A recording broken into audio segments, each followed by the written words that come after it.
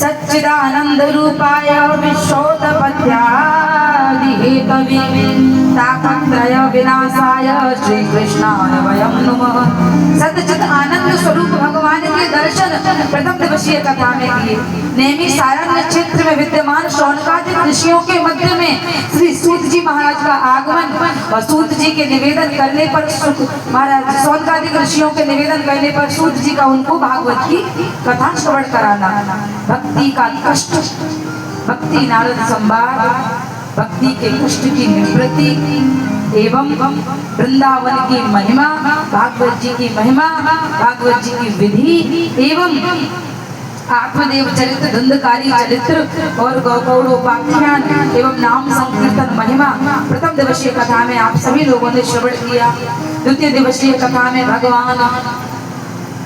जो तीनों लोगों के नाथ हैं, जन्मादश्च चतुर्मयादितरतश्चार्थे सविज्ञेश्वराट् तेने ब्रह्म हृदयादिरावे मुह्यन्ति यति सूर्यः तेजोवान् वदामि यथा विनिमयो यत्र सर्गो मृषा धामना स्वेन सदा नरस्तपुष्कं सत्यम परम धीमहि। परम सत्य भगवान के स्कंद महापुराण में प्रवेश करते हुए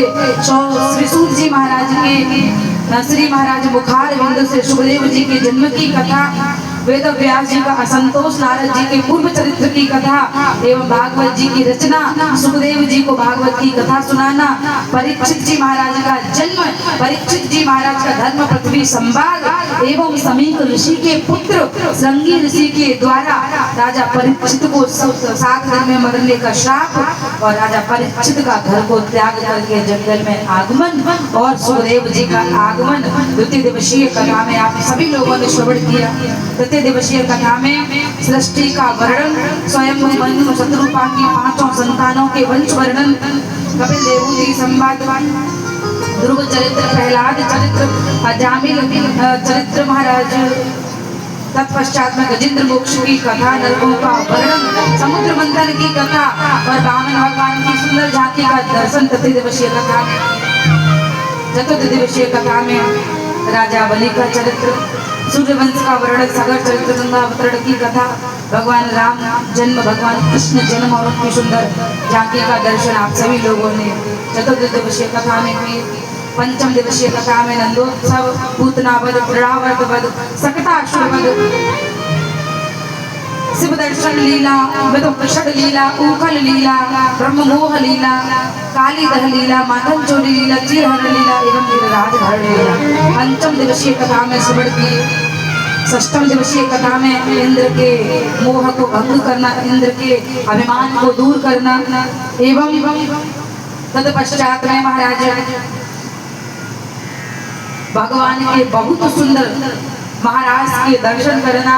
कृष्ण विदाई की कथा, कंस वध की कथा, उसके बाद में महाराज